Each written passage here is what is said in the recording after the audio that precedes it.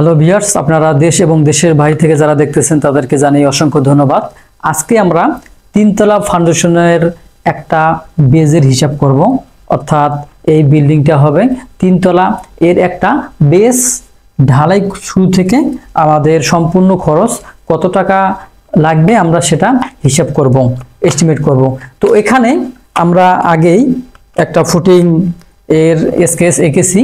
এটা হচ্ছে 5 feet by 5 fit footing, অর্থাৎ এটা দৈর্ঘ্য 5 ফিট এবং প্রস্থ 5 ফিট। এবার আসি, এই 5 ফিট যেহেতু এটা সেকশন দেওয়া আছে, এখানেও হবে এটা 5 ফিট। এখন আমাদের লাগবে কি, এখানে থিকনেস লাগবে, অর্থাৎ এই বেসটার হাইট লাগবে।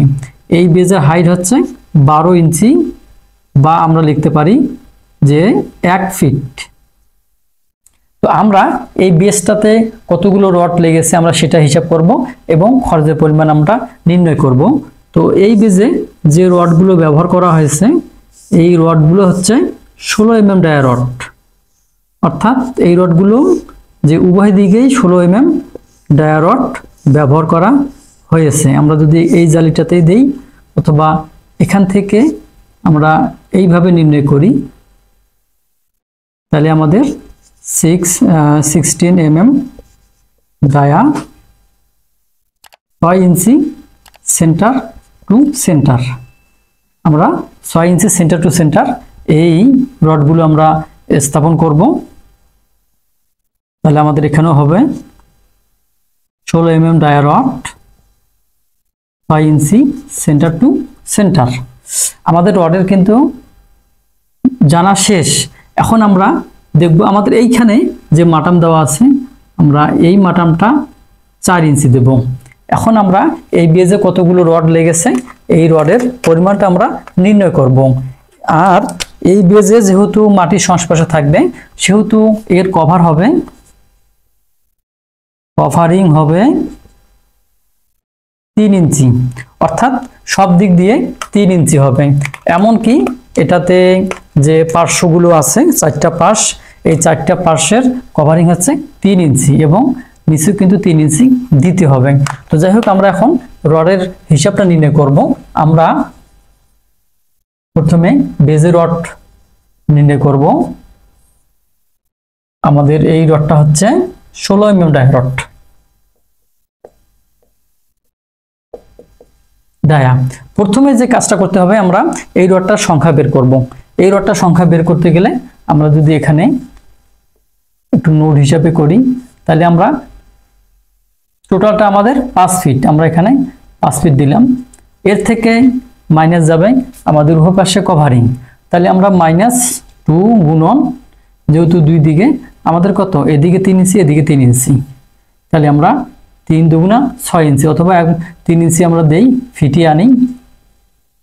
এই যে আমি দিলাম, ফিট করে নিলাম। এরপরে আমাদের কত আছে এখানে, 6 ইঞ্চি পরপর, এই 6টাকে আমরা ফিটে নিয়ে আসলাম, যোগ হচ্ছে 1। তাহলে আমরা এখান থেকে রডের পরিমাণটা নির্ণয় করতে পারবো। 5 মাইনাস 2 গুণন 2.5 ব্র্যাকেট ক্লোজ ডিভাইডেড বাই হচ্ছে 6 ইঞ্চি যোগ হচ্ছে 1।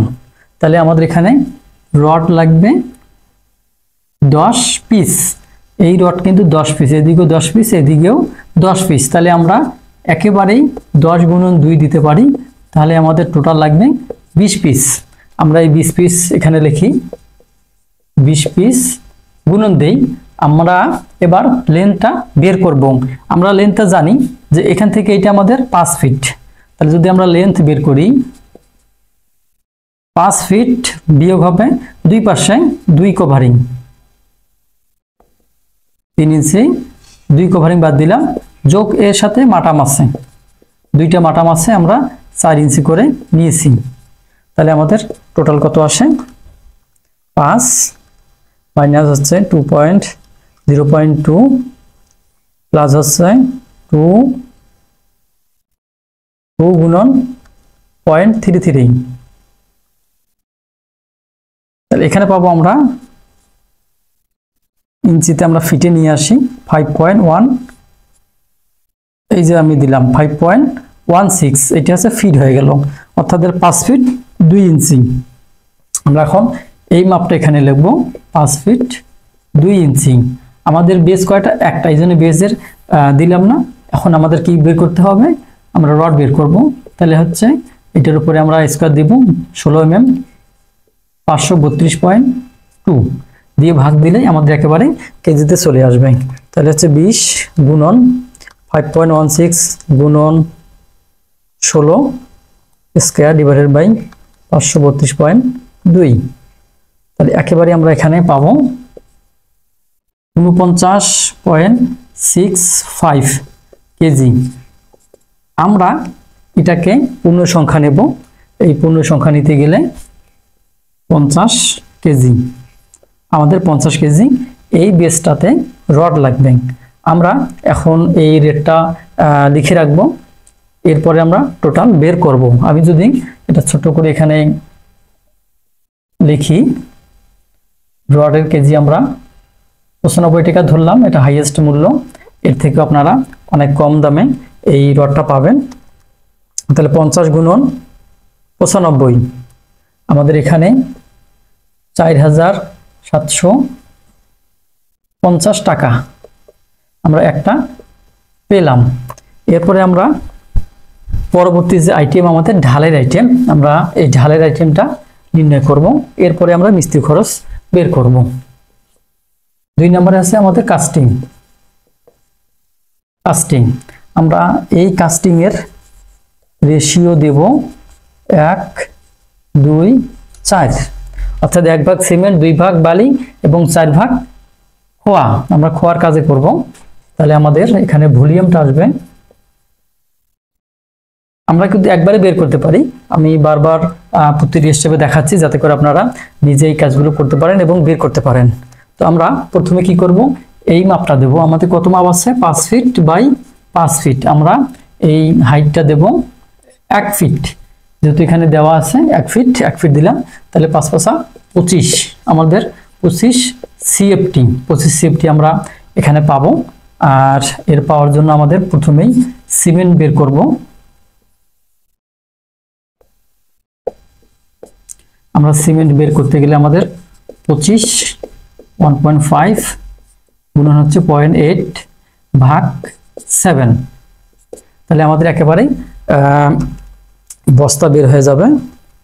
তাহলে হচ্ছে 25 গুণন 1.5 গুণন 8 ভাগ হচ্ছে 7। এখান থেকে আমরা পাবো 4.28 বা আমরা 4.5 ধরতে পারি। আর যখন আপনাদের অনেকগুলো বের হবে আপনারা এইটাকে রাখবেন এবং সবগুলো বের করার পরে আপনারা যেটা ফ্র্যাকশন আসবে সেটা আপনার পূর্ণ সংখ্যায় নিয়ে নেবেন। তো আমি এখানে যেহেতু আমাদের একটা বেস সেহেতু আমরা 5 ভাগ ধরলাম, 5 ভাগ। তাহলে আমরা এই 2 নম্বরে এই রেটটা এখানে লিখে রাখি।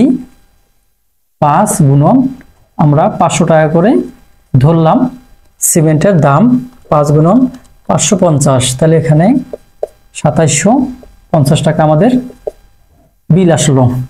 এবার আমরা নির্ণয় করব 2 নম্বরে আমাদের স্যান্ড বা বালি। বালি বের করার জন্য কি করতে হবে? 25 গুণন 1.5 গুণন 2 দেব ভাগ হচ্ছে 7।